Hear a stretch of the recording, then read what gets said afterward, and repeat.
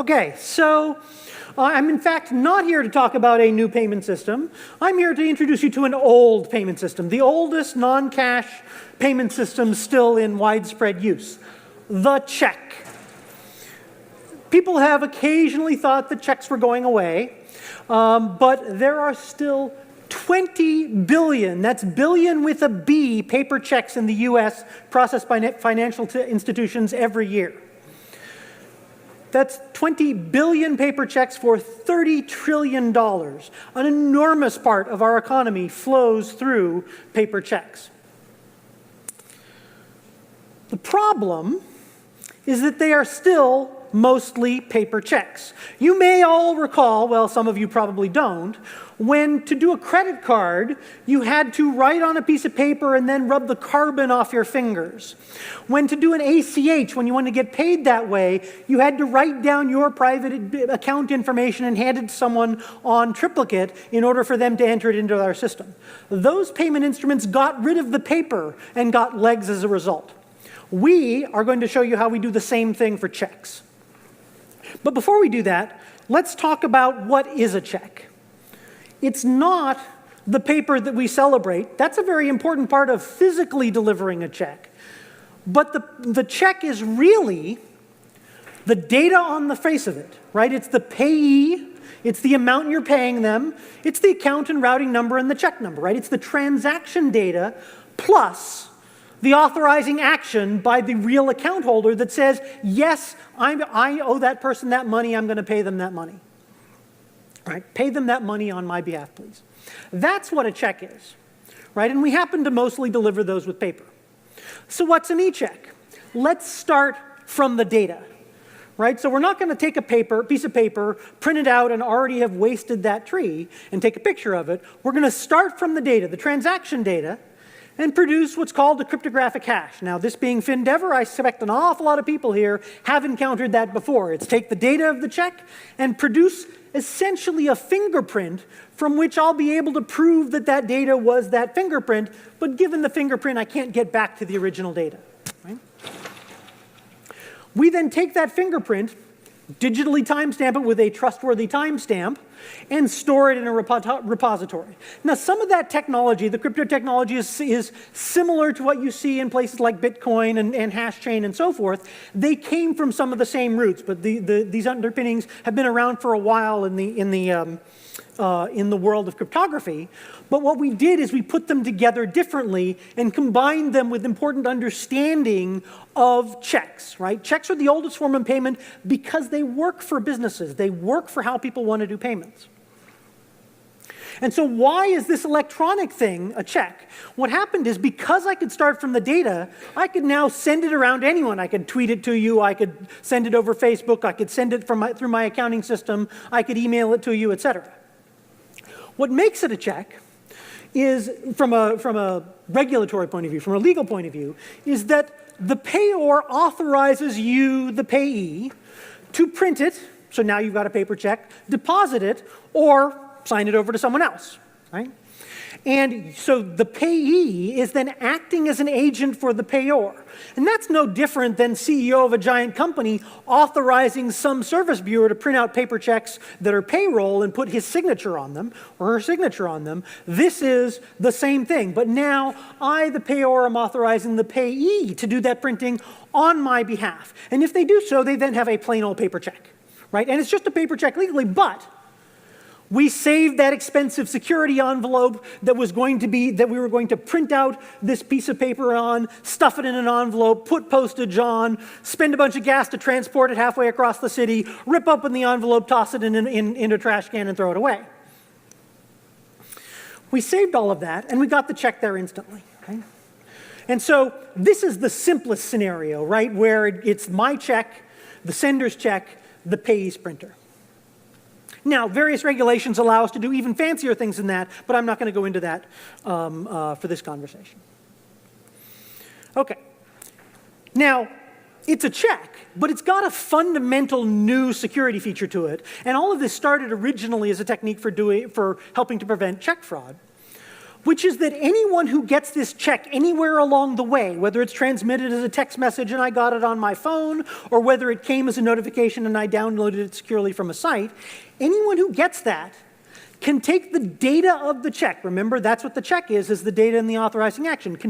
They can take that data, they can generate the fingerprint again with the cryptographic hash, or we can do it for them in the typical case, and verify that that check was in fact a check. It has not been tampered with from the original. It was issued by an authorized account holder on the account at a particular date and time. That data that we can keep around and that we can easily verify any check with is available such that anyone in the transaction process can do that without disclosing or making check details private to anyone who was not given the check in the first place. So only correct data will verify and represent that, yes, this is in fact the original data of the check. Let me go ahead and render it. That's not something you can do with other mechanisms, with other delivery mechanisms.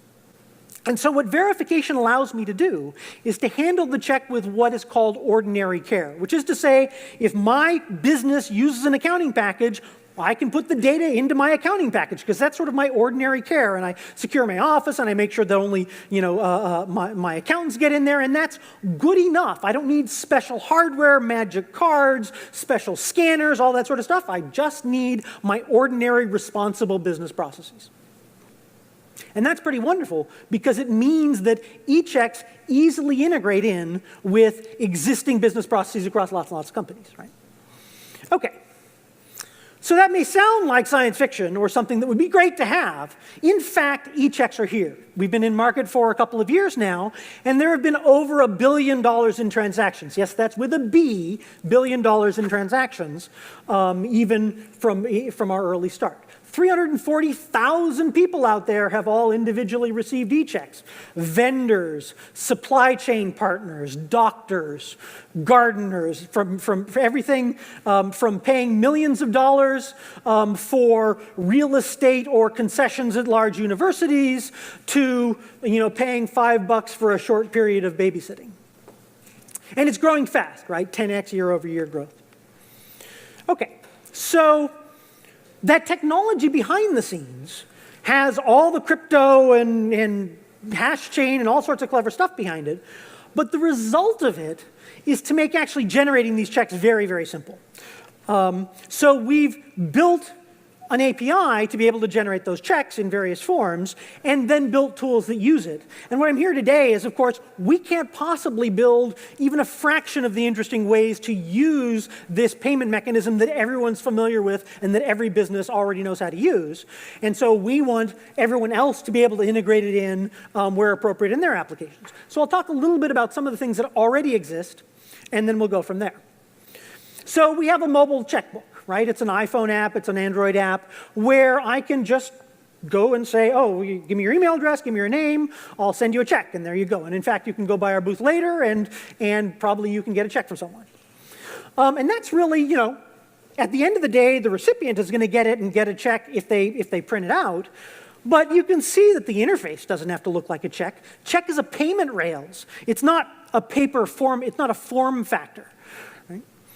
And so our team built the mobile app on the left, and it's a generic checkbook.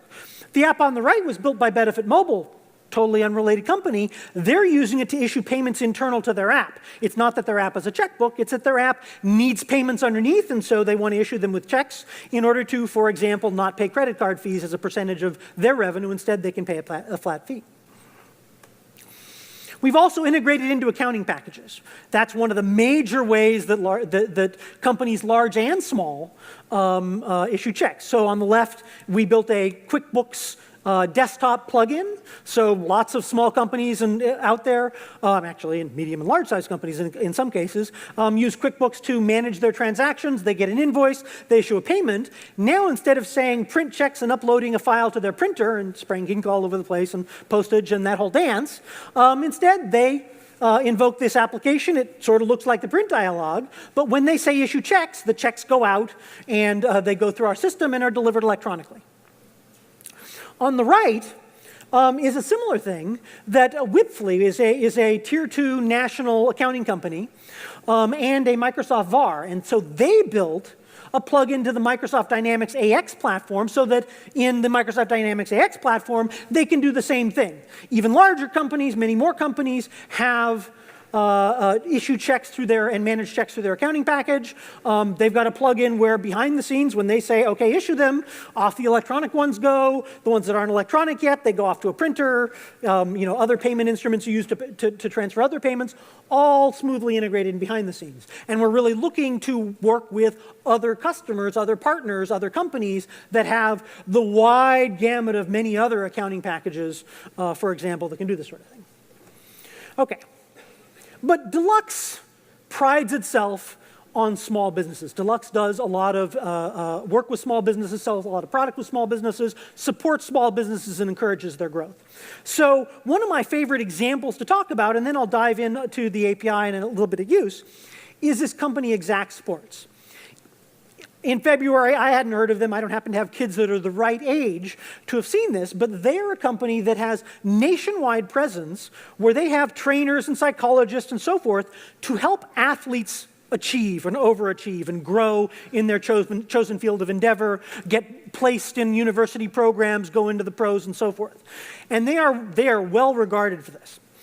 And they're a very small company, but they have people in every state in the country that are running clinics or teaching individual students or what have you. They signed up for e-checks in March 16th, I think it was.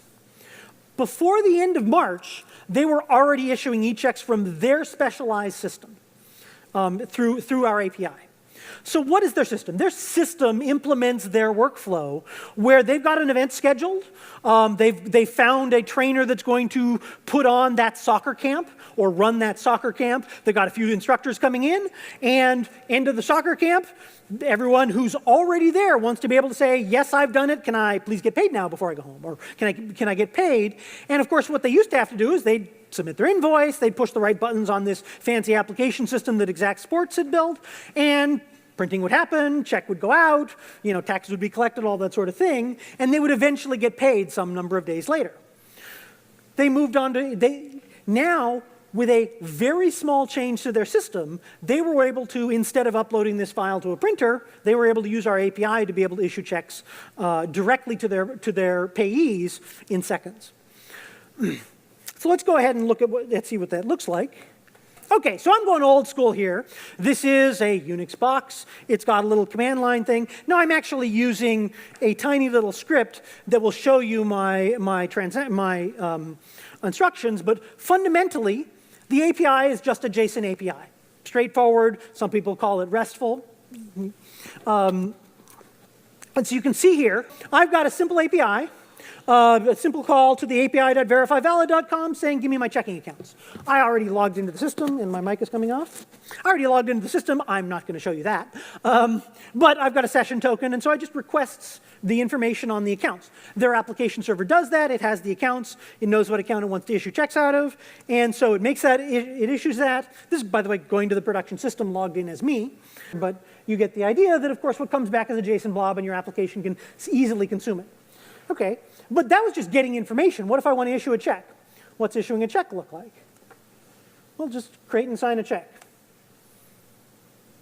You can see here that it's a JSON API, and the only things I had to add to be able to issue a check to, well, in this case, me, but it could have been you, is the payee name, Dean Tribble, the amount I want, $1. Okay, I'd like more than that, but this account uses our restrictions and delegation of authority, so I can only send $1. And the payee email, that's my email. If anyone needs information on the API, go to our booth. And I say that. It's going to go up, issue a check. The check will be issued, and what comes back is a bunch of data about the check and the transaction information and so forth. I have now issued a check, and that's now in my lockbox where I, the recipient, the payee, received it, and I can print, deposit, or transfer it. Okay, so that's an important step for this Exact Sports to be able to issue a payment. But it's not quite enough, right? Because in the world of business, here's what I want. you don't just give people money. You give people money for a reason. Actually, even in the world of personal finance, you give people money typically for a reason. So there's invoices that come in, and now I want to pay a bunch of invoices. So in the case of like Exact Sports, person has done a bunch of training events, and oh, by the way, they bought the Coke and brought it to the event, and so they want to get paid. They've got a set of invoices. One check will go out covering a lot of invoices. And the reason I harp on this is because you've all seen ACH, and there's a lot of volume there. You've seen credit cards. There's a lot of volume there. For a lot of these other payment instruments, the reason why there are 20 billion, remember that's billion with a B, checks every year processed as paper through the US banking system is because of that remittance. It's because instead of just saying, here's $125,000, my payment is, here's the $125,000 for 13 of your invoices, but I dispute the 14th because right? Business payments, and indeed all payments, are paid for a reason, and they need to be linked together. And sorting that out after the fact, where with an ACH, I said, tell my bank to dump some money into your bank account, and now I'm going to have a separate conversation a few days earlier or later to tell you why you might be expecting some money right now. That's doable, clearly. We do a lot of that, but it's a problem. It's always a hassle. It's expensive. It gets disconnected, and it's an issue that checks simply don't suffer from. So I want to do remittance. OK, same request, pay name, amount, pay email. And oh, by the way, I'd like to include invoice number, total, and due date. I don't have any file transaction. I don't have any file attachments here or anything like that. I just have some normal accounting data. And this is the same interface that our QuickBooks add-on uses to produce exactly the same kind of remittance data that QuickBooks has when it prints out checks. And we can just provide that kind of information, whatever the customer wants, when they're paying this particular payee.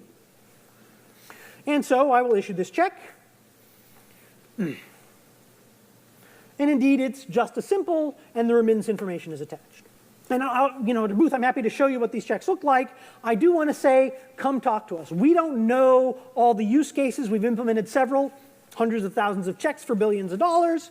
But we would really like to come talk to anyone who has services, applications that issue payments, or people with ERP and billing systems where they have invoices and they would like to get paid via check.